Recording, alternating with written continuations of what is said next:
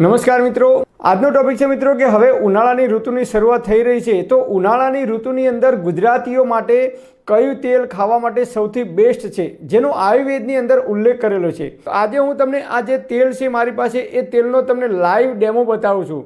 આ તેલની અંદર તમે સમોસા, ભજીયા કે વડા કોઈ પણ વસ્તુ તળશો તો એ વસ્તુ તળ્યા પછી આ તેલ કાળું પડી જતું નથી અને આ તેલની અંદર એ વસ્તુ તળવાથી જે ધૂણો ઉત્પન્ન થાય છે એ ધૂણો પણ ઉત્પન્ન થતો નથી। બજારમાંથી આપણે જે તેલ લાવીએ છીએ પેકિંગવાળું, એ તેલની અંદર જો આપણે વસ્તુઓ આ બધી ભજીયા તળીએ કે સમોસા તળીએ તો એ તેલ તળ્યા પછી કાળું પડી જાય છે।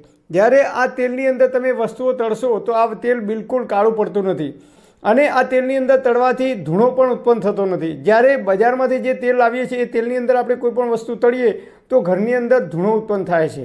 તમે જુઓ, આ તેલની અંદર નીચે પણ તમે જોઈ શકો છો, એકદમ રગડાવાળું તેલ આવે છે અને આ તેલ ખાવાથી આપણા શરીરમાં કોલેસ્ટ્રોલનું પ્રમાણ વધતું નથી, હાઈ બીપીનો પ્રોબ્લેમ જલ્દી આવતો નથી, લાંબા ગાળે હાર્ટ એટેક પણ આવવાના ચાન્સીસ ઘટી જાય છે। આ તેલ ખાવાથી નળીઓ પણ બ્લોક થવાના ચાન્સીસ ઘટી જાય છે।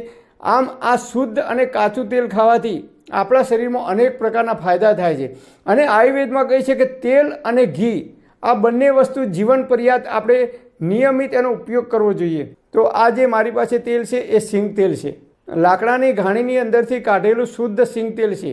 તો આપણે બજારમાંથી જે તેલ લાવીએ છીએ એ રિફાઇન અને ડબલ રિફાઇન કરેલું તેલ હોય છે, એટલે એ તેલને રિફાઇન અને ડબલ રિફાઇન કરવા માટે એની અંદર અમુક ચોક્કસ પ્રકારના કેમિકલ ઉમેરવામાં આવે છે।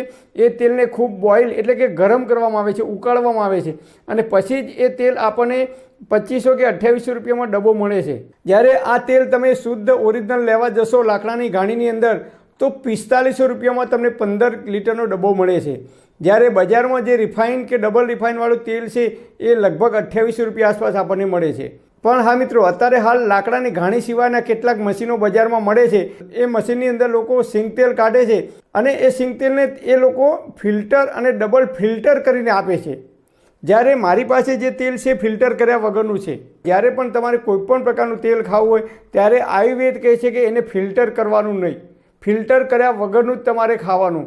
કેમ ફિલ્ટર નહીં કરવાનું? તો જ્યારે આપણે તેલને ફિલ્ટર કરીએ છીએ ત્યારે તેલની અંદર જે તત્વો હોય છે એની અંદર જે ચિકાસ હોય છે, જે પ્રોટીન હોય છે, જે આપણા શરીર માટે ઉપયોગી ખનિજ તત્વો હોય છે, ફિલ્ટર કરવાથી એ તત્વો દૂર થઈ જાય છે। જે રીતે 10 કે 12 ફેટનું દૂધ હોય પણ એ દૂધને જો ફિલ્ટર કરવામાં આવે, પેચ્યુરાઇડ કરવામાં આવે તો એ 3 કે 4 ફેટનું દૂધ બની જાય છે। એટલે કે એની અંદરથી જે તત્વો હોય છે, મલાઈ હોય છે, એ મલાઈ કાઢી લેવામાં આવે છે અને પછી એ પાણી જેવું દૂધ હોય 2 કે 3 ફેટવાળું એ આપણને આપવામાં આવે છે। બસ એ જ રીતે આજકાલ પણ ઘણા બધા લોકો જે સિંગતેલ બનાવે છે એ લોકો પણ ફિલ્ટર અને ડબલ ફિલ્ટર કરીને સિંગતેલ બજારની અંદર આપે છે।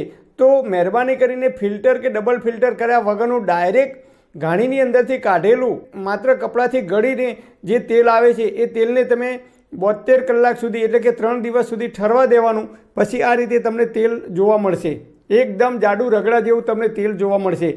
નીચે પણ તમે મગફળીના જે દાણા છે એનો જે ઝીણો ઝીણો ઝેર હોય છે એ જોવા મળે છે। આવું ઓરિજિનલ શુદ્ધ લાકડાની ઘાણીની અંદરથી નજર સામે કાઢેલું જો તેલ મળે તો એ જ તેલ આપણે કાયમ માટે ખાવું જોઈએ। આયુર્વેદમાં કહે છે કે 12 માસ એક જ તેલ ક્યારેય ખવાય નહીં। એટલે કે શિયાળાની સિઝનની અંદર તલનું તેલ અથવા સરસવનું તેલ એટલે કે સરસિયું ખાવાનો ઉલ્લેખ કરેલો છે અને ઉનાળાની ઋતુની અંદર તમે સિંગ તેલ અથવા શુદ્ધ કોપરેલ તેલ જે સૂકા નારિયેળની અંદરથી કાઢવામાં આવે છે એ તેલ તમે ઉનાળાની અંદર ખાવાની અંદર ઉપયોગ કરી શકો છો।